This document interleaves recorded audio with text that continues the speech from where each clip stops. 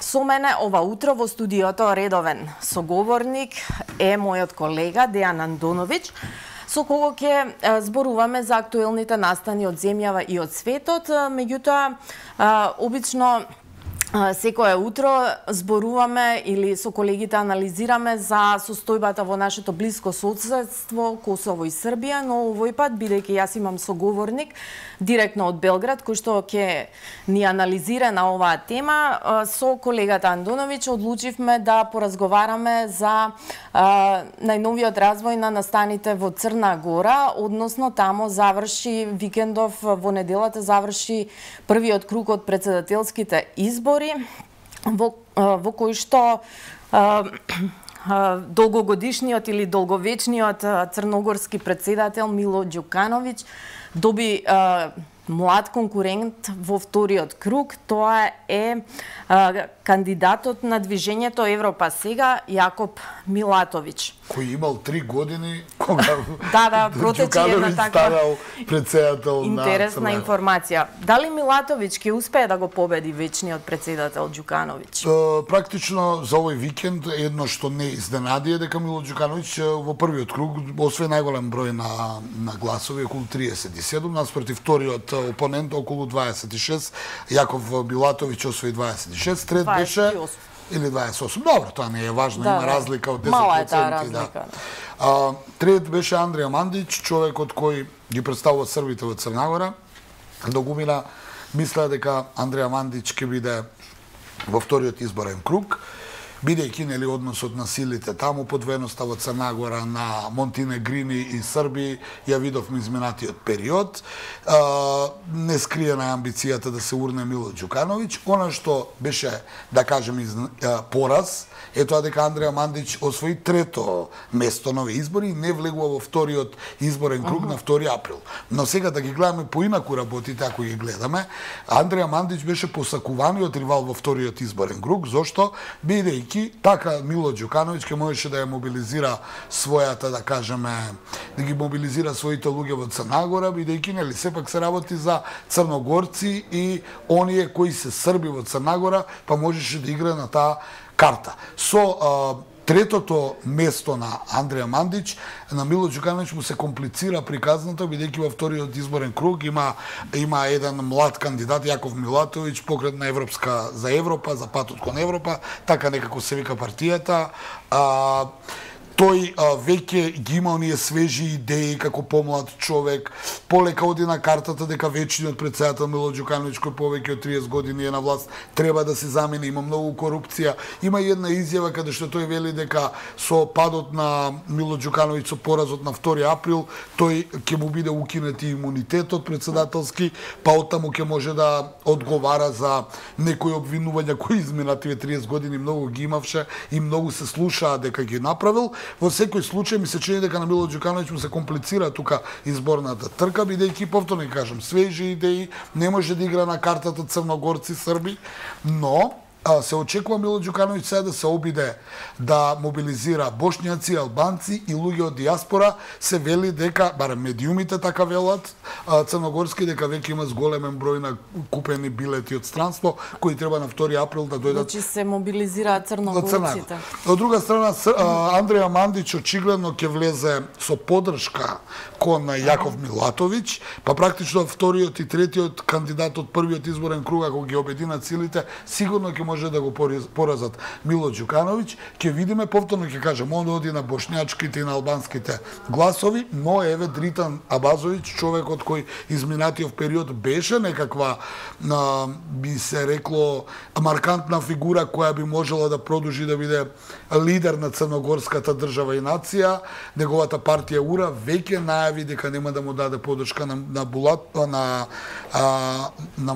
актуелниот претседател, туку дека ќе му даде на Јаков Милатовиќ, што ми се чини, според некои анализи и прогнози, Мило Ѓукановиќ ќе има големи, би рекол, проблеми во вториот изборен круг и не се исклучуваат се поголеми шансите конечно да биде поразен на едни претседателски избори. Ќе потсетам, Мило Ѓукановиќ уште од времето на СФРЈ председател, беше во црногорската партија, потоа беше со Милошевиќ, беше против Милошевиќ, беше со русите, беше за НАТО, дефинитивно е многу добар играч. Умешан би рекол политичар, но нели се си има свој крај, па веројатно што се однесува до кариерата, веројатно. И вечниот веројатно ќе биде. Додуше морам да потсетам, бидејќи долги години сум ги следал, Мило Ѓукановиќ пред 10 години целосно се повлече, не беше ни председател, не беше ни премиер, беше само обичен член на партијата и после 4 години повторно се врати на голема врата. Така да не е за подценување политички неговото искуство, неговите врски од надвор, но од друга страна тој веќе ги гледам германските медиуми со големи критики се кон Мило Ѓукановиќ и веројатно нели колку што имали поддржувачи од меѓународната заедница, толку ќе има и непријатели. Така, сакам исто така да позборуваме за за вчера во Москва завршија разговорите помеѓу рускиот претседател Владимир Путин и кинескиот претседател Си Џинпинг со подпишување документи за стратешка соработка на двајцата лидери, при што рускиот претседател изјави дека мировните предлози на Кина може да се користат како основа за решавање на конфликтот во Украина, но кога Киев и неговите западни сојузници ќе бидат подготвени за тоа. Кои документи се подпишаа на договор за стратешко партнерство меѓу двете земји може да се толкува од една страна како нов светски поредок, имено Кина и Москва прв пат после многу години, а може би прв пат, иако не се они баш толку пријателски држави како што треба како што некој сака да ги представи, секогаш имале ривалитет на два големи джина, со тоа што ќе потсетам уште по Втората светска војна дојде и до вооружен судир помеѓу тогашниот Советски сојуз и тогашната Народна република Кина. Имаат и некој граничен спор таму на една од реките, не знам како се вика, бидејќи има комплицирано име. Што сакам да кажам? Сакам да кажам дека со прогласувањето, со издавањето на потерницата на Меѓународниот хашки суд за апсење на Путин, суспендирани се сите можни обиди за мировни разговори со Русија. Така да, Си Џинпинг доаѓа во време кога од надвор во Западот треба да е представен дека се сретнал со човек кој треба да биде уапсен доколку биде пронајден. Ајде тоа така да го наречеме. Велам законски по тој римски статут на Меѓународниот кривичен суд од Хаг. Од друга страна, Кина... Значи, може ли ова да се толкува дека намерно сега не се бара решение? Ова е некоја мат позиција. Јас неколку пати тоа го зборував, а не го измислев, јас тоа го слушав од луѓе кои многу подобро знаат во светот, а едно е сигурно. Со издавањето на налог за апсење на Путин, Западот покажа дека војната ќе трае се додека некој не победи. Значи, мир нема да има, кој ќе седне со Путин да преговара? Тој е човекот, според западните вредности, кој треба да биде уапсен. Значи, веќе нема легитимитет. На друга страна, суспендиран е и кинескиот мировен договор. Со кого ќе преговараат? Кинескиот мировен договор вели со Москва.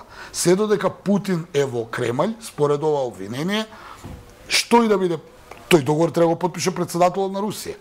До година има председателски избори. Од друга страна, Кина веќе подолго време под притисок на Западот и беше обвинувана дека се обидува да ја помогне на Русија со оружје, технологија која на Русија наводно и недостасува. Велам наводно, бидејќи така велат западните анализи, дека нема чипови за тие ракети, дека Кина тука треба да се најде и Кина подолго време е под притисок на Западот да не ја помага на Русија. Од трета страна се затвара и кругот околу притисокот врз Кина во Пацификот. Ја повторно ќе кажам, пред неколку дена беше направен нов НАТО на Пацификот, каде што американската, британската и австралиската морнарица се договорија да создадат подморничка борбена група во Пацификот која ќе се справи со кинеската експанзија. Што значи тоа? Директна конфронтација, идентична како онаа во Украина. Со тоа што во Украина не е директно вмешан НАТО, туку индиректно, а во Пацификот директно ќе се спротистават, а веќе гледам дека и Јапонија и Јужна Кореја се приклучуваат кон тоа. Тоа е дополнителен притисок на Кина. Ми се чини дека Си Џинпинг е предухитрен од целата оваа работа и тој дојде у Москва баш во време кога они тоа го одлучија. И она што го јавуваат западните медиуми, а јас можам да поверувам у тоа дека Кина не излезе пресед баш за седна Русија, бидејќи Кина мора да внимава што прави бидејќи ако се здружат целосно Кина и Русија против Западот, мора да ја задржи својата неутралност. Може да дојде до голема одговорност имаат во секој случај. Така да тие се договорија билатерална соработка, декларативно она што сме го слушале ко новинари 30 години дека ќе соработуваат, дека ќе си помагаат, но што ќе помагаат не знаеме. Според последните информации Русија не доби баш се од Кина и второ јас ќе потцртам кинеската политика е дека не оправдува војната во Украина. Нема да ги признае оние региони и конечно ќе повторам, кинеската експанзија во светот економска се базира врз глобализмот. Ако нема глобализам, Кина нема да биде експанзионистички, зборувам од економски аспект, така да ова не ја одговара што се случува во Русија, така да они имаат разлики со Москва, но ќе мора да се обединат за да си помагаат во справувањето па со западната сега експанзија, бидејќи ниту на Русија ја оди добро во Украина, ниту па на Кина ќе ја оди добро доколку се конфронтираат директно со САД, Велика Британија, Австралија, Јужна Кореја и Јапонија. Така, инаку сега на фронтот западните сили најавуваат можна употреба на оружје со осиромашен ураниум, што е многу опасно. Лош избор во секој. Многу, да, тоа го знаеме, последиците од тоа го знаеме ние од нападот врз СРЈ. Генерално и да не го знаеме, осиромашен ураниум повлекува нешто друго. Морам само да се вратам на средбата Путин и Си Џинпинг. Путин се заложи дека нема да користи нуклеарно оружје. И тоа е легитимно, меѓутоа ако биде нападнат, ќе мора да го искористи сите. Така да ја у ова гледам мала и провокација од страна на Западот, бидејќи да разговараш на тема осиромашен ураниум, освен што нема мир никаде у разговорот. Дај да запреме, да видиме нешто, да се договориме. Да, секако е нова закана. Тоа значи ширење на би рекол лудилото што се случува таму, осиромашен ураниум, се слуша авиација ќе биде вклучувана.